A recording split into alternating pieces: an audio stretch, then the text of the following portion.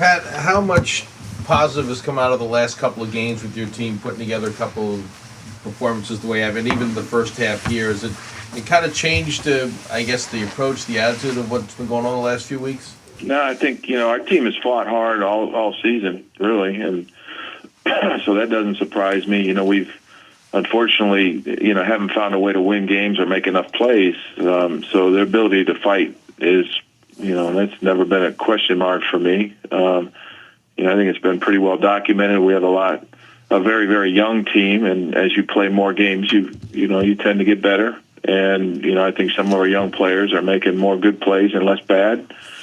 And, I certainly think it contributed to the last two wins. I think, in the game against Philly the first time, we lost in overtime. In this past game against Washington, we won in overtime. And so, I think as you go through it, some of these guys are doing it for the first time. There's a lot to be learned by battling through a season like we've had.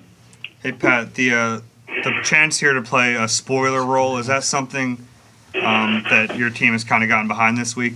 I wouldn't call it that. I think what's important is we go out and battle and put a winning performance on the field. I think how it's looked at, for our fans, we want to go out and help them have an enjoyable day and watch their team win. And that's really what we're looking for. I know at this point in the season, there's ramifications. There's the outcome of these games will, determine a lot of things. And, in this case, really what we're just trying to do is go out and put on the field a winning performance.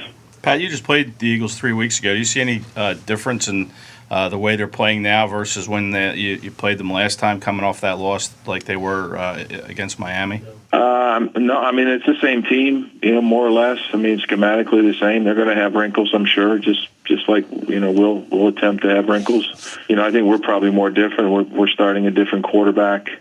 And then we're again even more different in the secondary than we were in that game. So I think from an Eagles perspective, they're still an outstanding team. Obviously the team runs through. They're very good at running the football. They call a lot of run plays, which is good.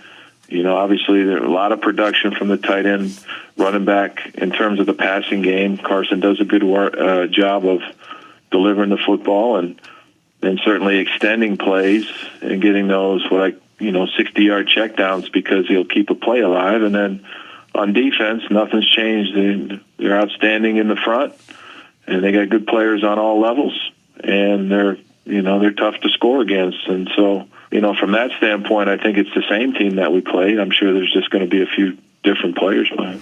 What have you seen, speaking of Carson, what have you seen out of him beginning the second half of your game and then, these last 2 weeks? I've seen the same player all along. He's got a gritty style, and he does a really good job of executing their offense.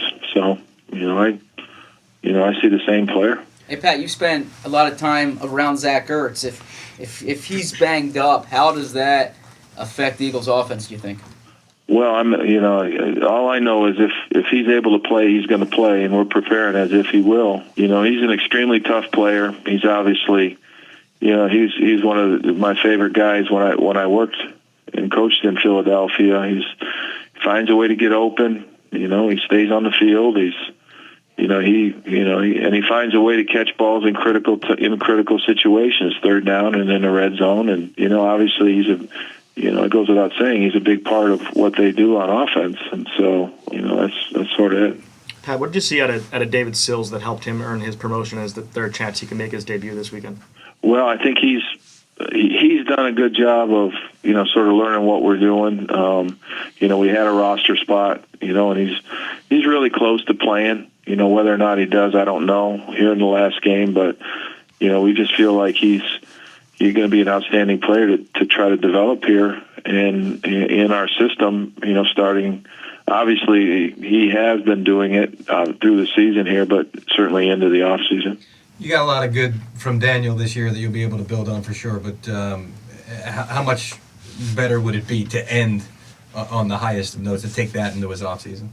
Well, I think you're always trying to win your last game, and for us, we know this is our last game, and so that's really what we're trying to do. We're trying to do it for our fans, You know, we're trying to do it for ownership. We're trying to do it for the players, everybody that roots for the New York Football Giants. We're trying to go out as we do every week to win a game. And it just so happens this is our last game this year. As a follow-up to that, you've been involved in a few Week 17 Eagles-Giants games from the other side.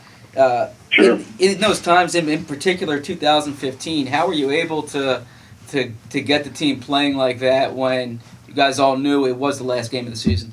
Well, you know, I've been asked that question here, and, you know, it doesn't come as any surprise to me because the coaches and the players on all team in any situation are extremely prideful.